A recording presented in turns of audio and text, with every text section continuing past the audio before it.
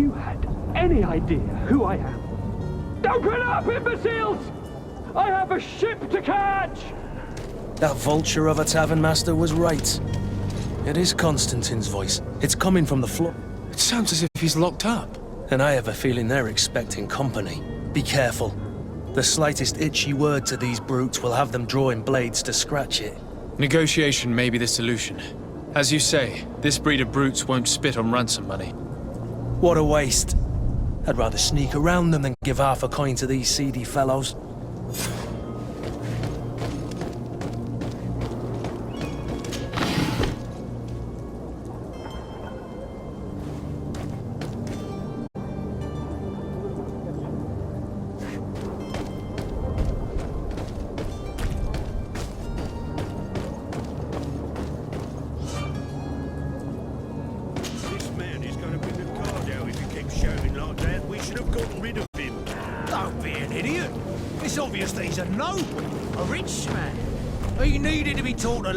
But it's better we grab some coin. With all those posters we posted, someone with deep pockets will show up sooner or later to liberate the rooster. Oh, he's making a great deal of noise. To my help! And death to the others!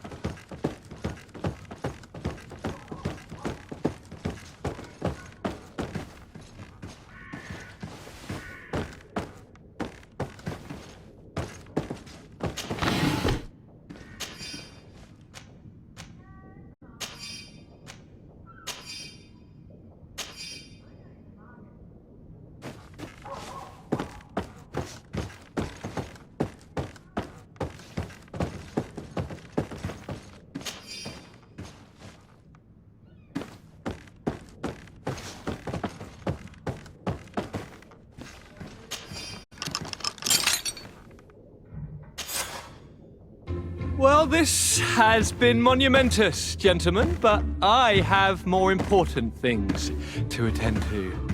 An island to govern, treaties to sign, riches to expedite, and a demanding father to impress! Constantine, it's me! My dear cousin! Oh, my lucky star! Always there to pull me out of my fires. I'll do what I can. We're departing soon. Your father wasn't pleased by our absence this morning. Have you ever seen him happy about anything when it comes to me? You know what he thinks of me. He cares about you, I know that. He appointed you governor, didn't he? He is ridding himself of a source of constant disappointment. Enough said. Today we set sail for adventure. If you only knew how these river scum treated me. Do me a courtesy, good cousin. Now that we stand boldly alongside the brave Kurt, let's give them their money's worth. There's no one left to pay, Your Highness. The brave Kurt and your cousin have already settled the books. Really now? What a shame. I would have loved to have seen that. We've nothing left to do then than to board our ship. An adventure awaits us at the end of the street.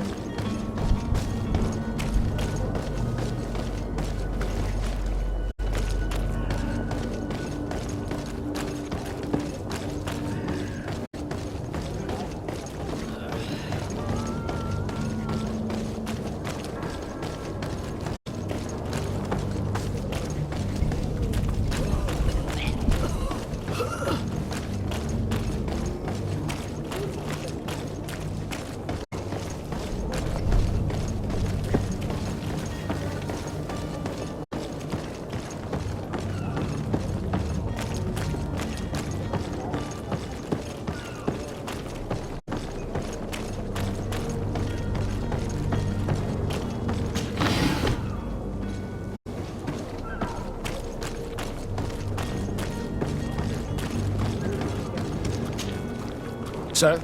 Constantine d'Orsay, future governor of Tir-Fredi. I'm enchanted, Captain. I am eager to board your ship. Enchanted as well, Your Highness. I hope you enjoy your voyage. Are you ready?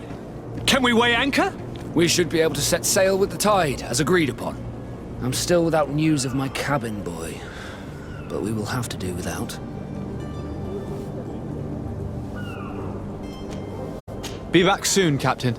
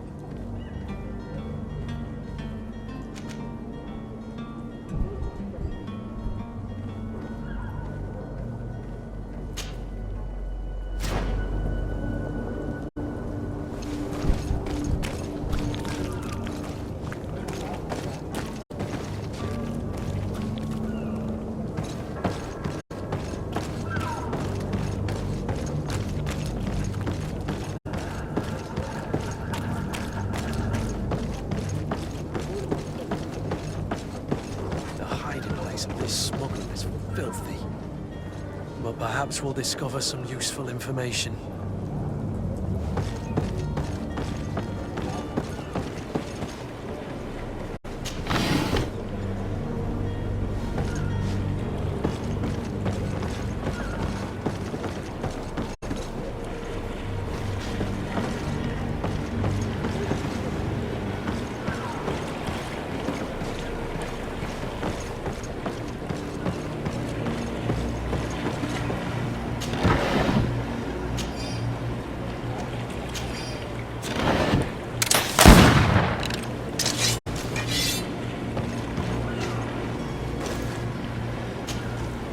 Good day, sailor.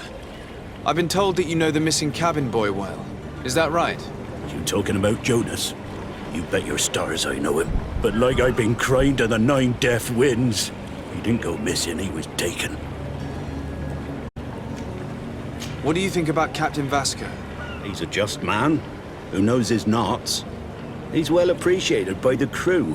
It's a pity that he hasn't much heart for laughs now and again. Always seems unhappy, our captain. Were you a witness to the event? Yes, I was. Even though I'd had a few tumblers in the belly, I hadn't yet lost my head. The other day, in the tavern, I saw him talking to a well-dressed man, surrounded by some other sly ruffians. And then when we left, him and I, Flavia left a little earlier, you understand. Well, those brutes were there, waiting for him. They just up and took him like that. Grabbed his arms and poof. Gone. Vanished. Why didn't you intervene? I tried to, believe me. But my legs betrayed me. Wavering they were. And I fell into the gutter. Did you report this to the captain? Unfortunately not. I know all too well what weight my words carry.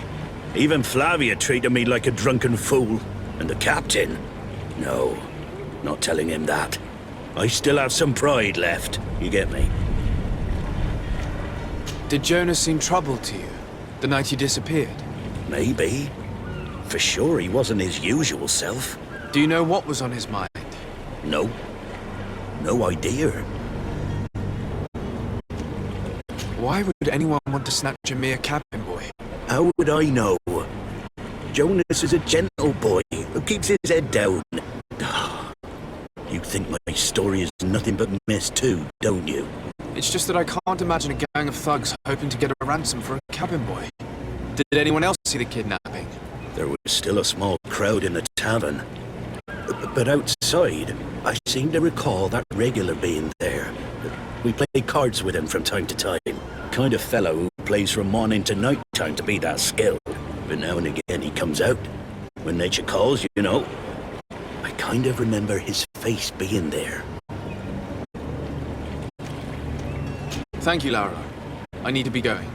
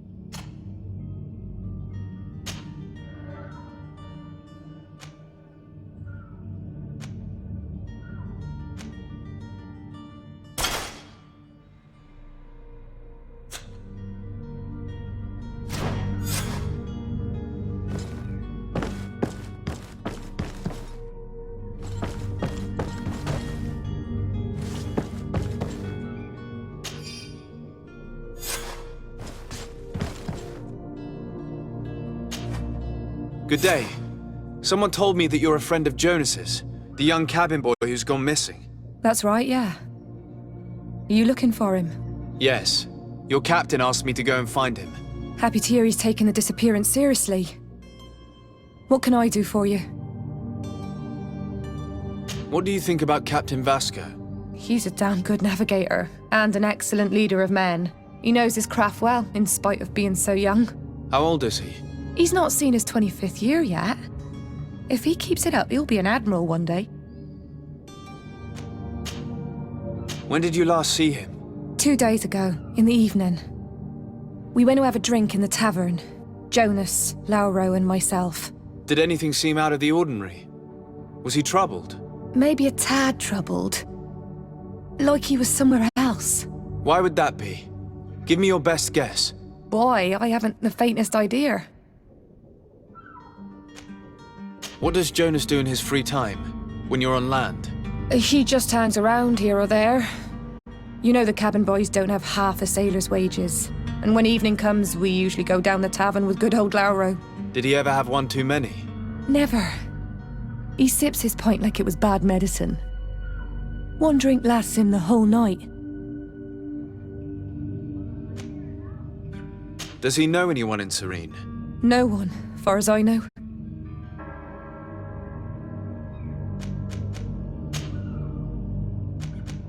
I need to be going. Farewell.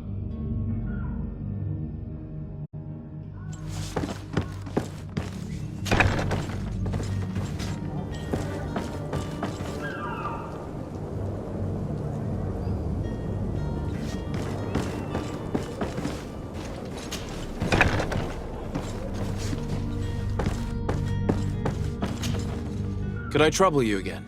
Have you found Jonas? Not yet, but I haven't given up. About that.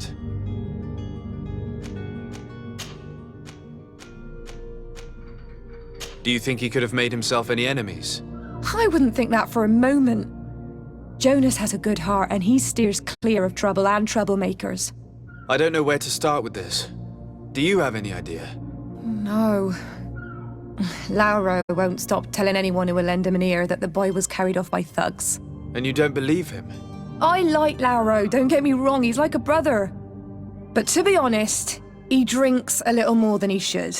The itch for a drink gets us all, but to him more than others, and when you drink too much, the imagination wanders. Here, yesterday, it was me who tied one over, and I thought I heard Jonas's voice by the canal. I called back to him, as you guessed, but then nothing. Drink. It blurs the senses. I need to be going. Farewell. Strange story, this. Something isn't right here, I can feel it. We need to lift the veil on this.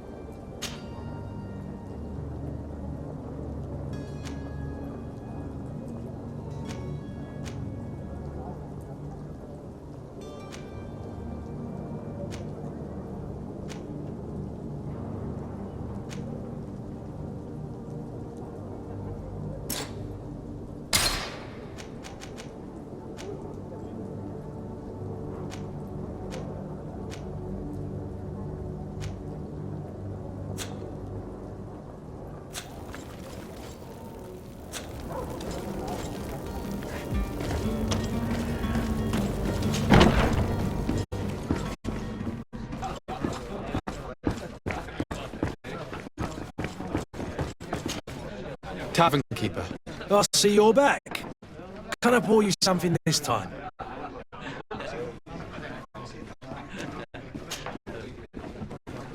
I'm looking for a Naut. A young cabin boy who's been missing roll call for 2 days now. A Naut, you say? That's not a lot to go on. There are quite a few that come to my tavern. According to one of his fellows, he would have been taken right here. A kidnapping? In my establishment? You surely jest. Or at least I hope you do. I would have noticed. That doesn't hold water. Someone told me about one of your faithful clients. A big gambler, it would seem. I see. An able-bodied man. Passes his time lightening the pouches of sailors coming through. Where might I find him at this time? Here? He would never give away his chair at his table. Anything else? I need to be off. Farewell. Goodbye.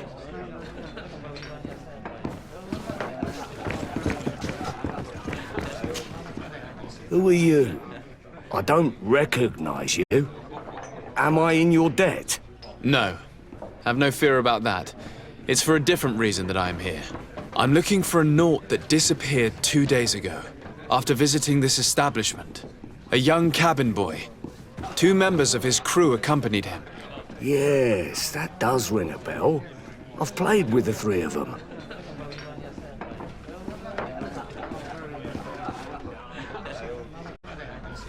Tell me what happened that evening. A rich merchant came in, with a band of strong arms.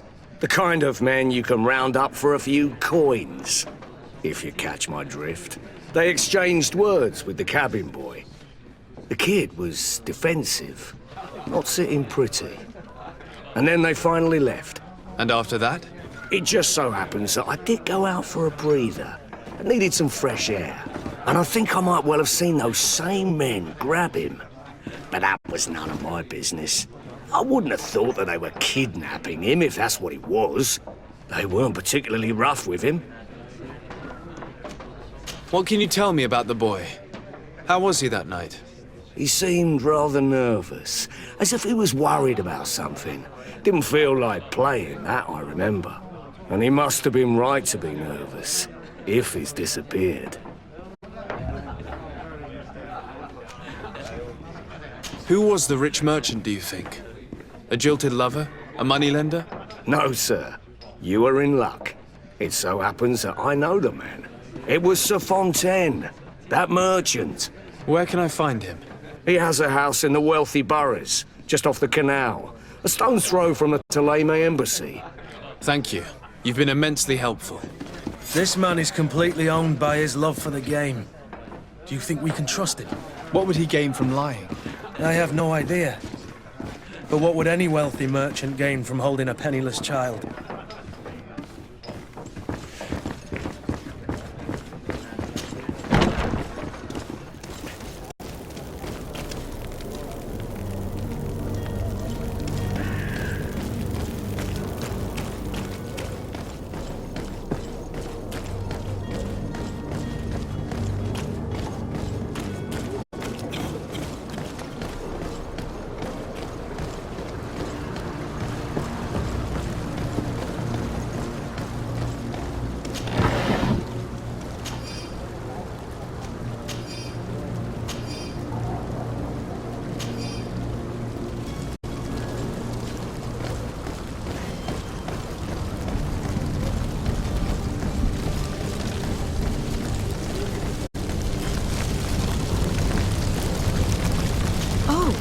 Hello, Your Excellency. It is an honor.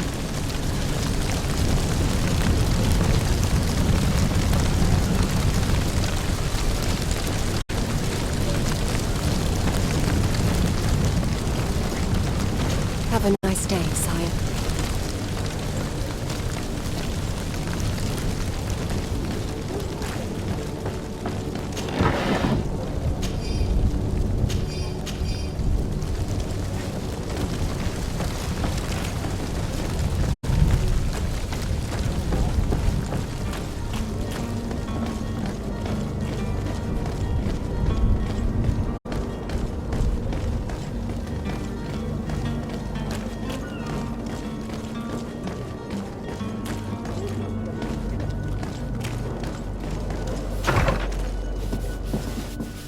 Might I help you, sir?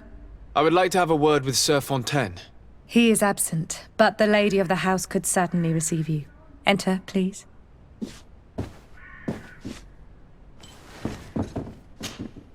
Might I help you, sir? I need to be going. Farewell.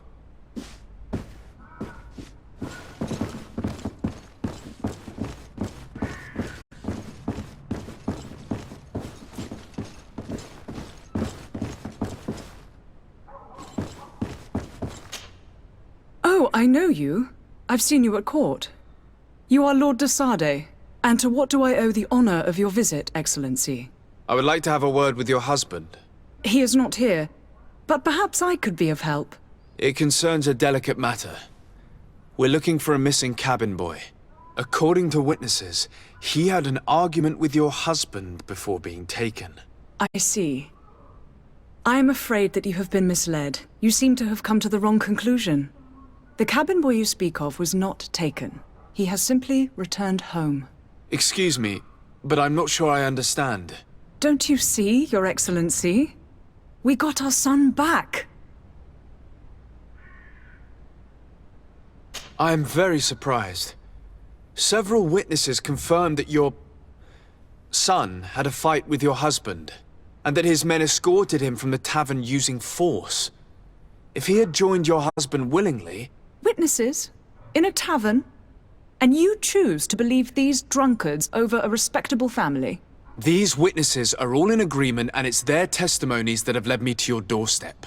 My son was probably shocked to have found us. My husband and the other men might have simply had to carry him. A gesture that your drunkards must have misunderstood.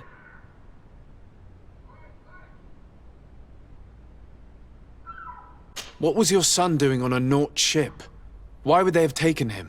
It is what they do.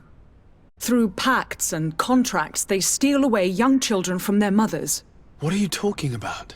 I would have thought that a legate would know these things.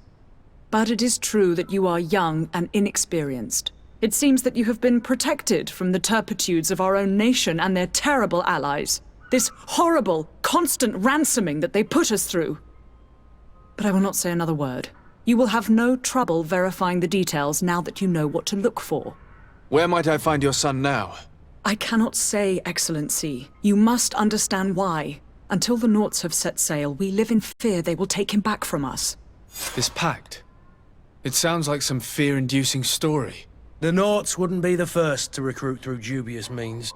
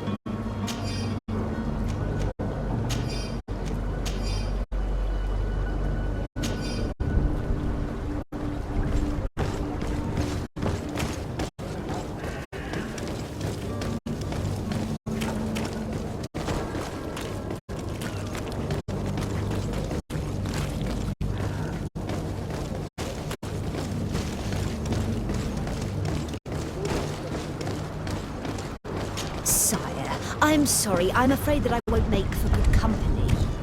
The merchant is there.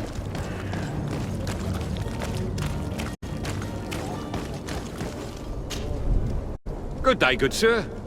How might I be of service? You can start by explaining to me why you refused to honor the orders agreed upon with the guard. There's been a misunderstanding, sir. Of course we're ready to honor the orders. In fact, I've already had a word with your master-at-arms. They're asking that we pay again, despite having already paid. It's just that the price has gone up since. I've nothing to do with it. This is inadmissible. If you agree on a sum, you need to honor that agreement. I'm sorry, sir. I'm just an agent, and I'm only obeying orders.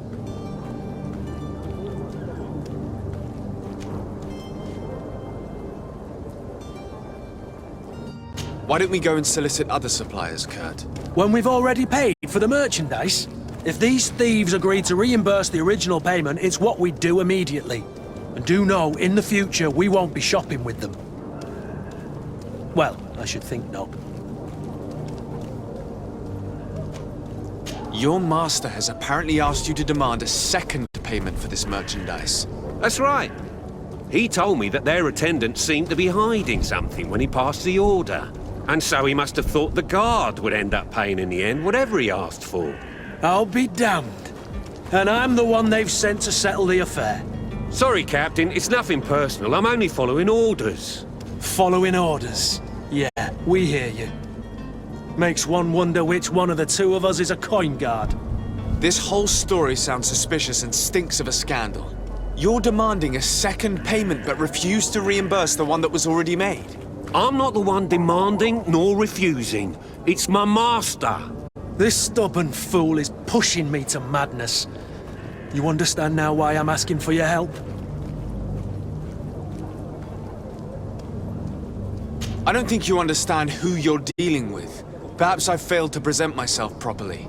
Lord de Sardet, nephew of the Prince d'Orsay and legate of the Congregation of Merchants. During our conversation, you explained to me that your master forced you to commit a crime.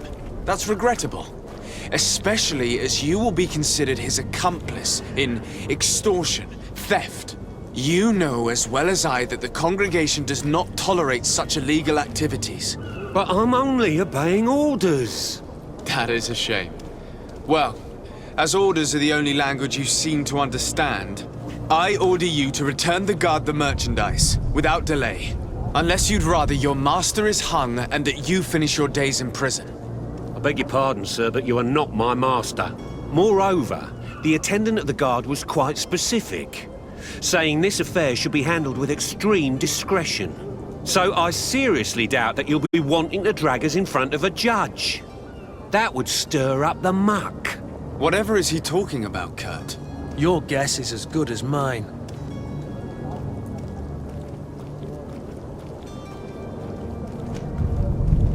This is preposterous. Your master is a thief. I have no patience for bandits and robbers. Either you give us back what's ours, or we'll take it. Your idea of diplomacy isn't all that different from my own. To the devil with ya. Since you leave us no choice. The merchant's clerk isn't hearing your arguments. The only thing left is a show of strength. Sorry, Greenblood. If I'd have known, I wouldn't have gotten you mixed up in this.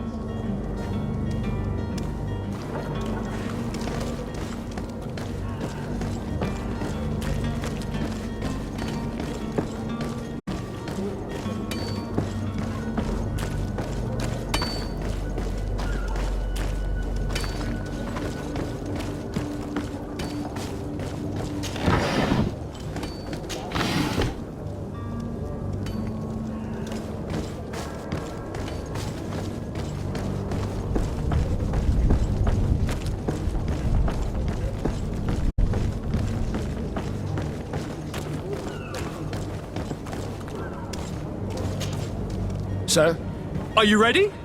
Can we weigh anchor? we should be able to set sail with the tide, as agreed upon. I'm still without news of my cabin boy, but we will have to do without.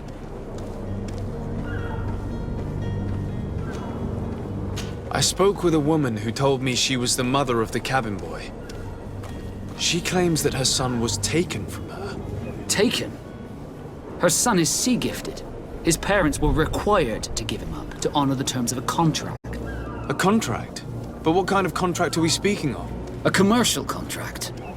In exchange for services rendered by the Nords, some families cede more than gold. In some cases, nations even trade some of their subjects before they're born. I wouldn't be able to tell you the condition of Jonas's contract. I didn't even know he was originally from Serene. But what I can tell you is the young man hasn't seen his parents since he was a small child.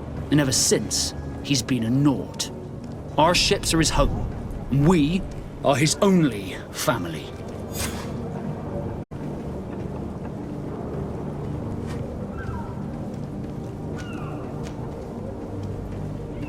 Be back soon, Captain. You see anyone else who might be able to help us? Anyone who's not a Nord? Oh, how I would like my father to be implicated in this sordid business. Our old teacher must surely know what's going on here. Let's go talk to him. Your Highness, I'm happy to see you. Your absence this morning worried both your father and me. Come now, Sir de Corsilion. My father may have been angry, outraged, or disappointed, but he's never worried about me. I am sad to have caused you any worry, though. Would you believe that I was rotting away in a sinister jail, guarded by thugs ready to kill me? Though still seeing double from last night's drink, I was preparing an ingenious escape plan when... ta-da! My dear cousin jumped up out of nowhere and saved me. I'm quite the fairy tale damsel in distress. You might have refrained from the company of bandits the night before such an important departure. Take away the risk and halve the pleasure, de Corsilion. It is the salt of life. I fear that some of my teachings have been misunderstood. But you wanted to ask me something, de Sade?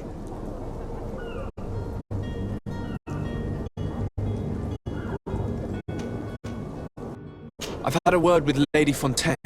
You must know her. That rich family that lives near the docks. She told me a strange story about her son who was a cabin boy on our ship. She said that he was taken when he was a child due to some contract with the Nords. Who was a cabin boy?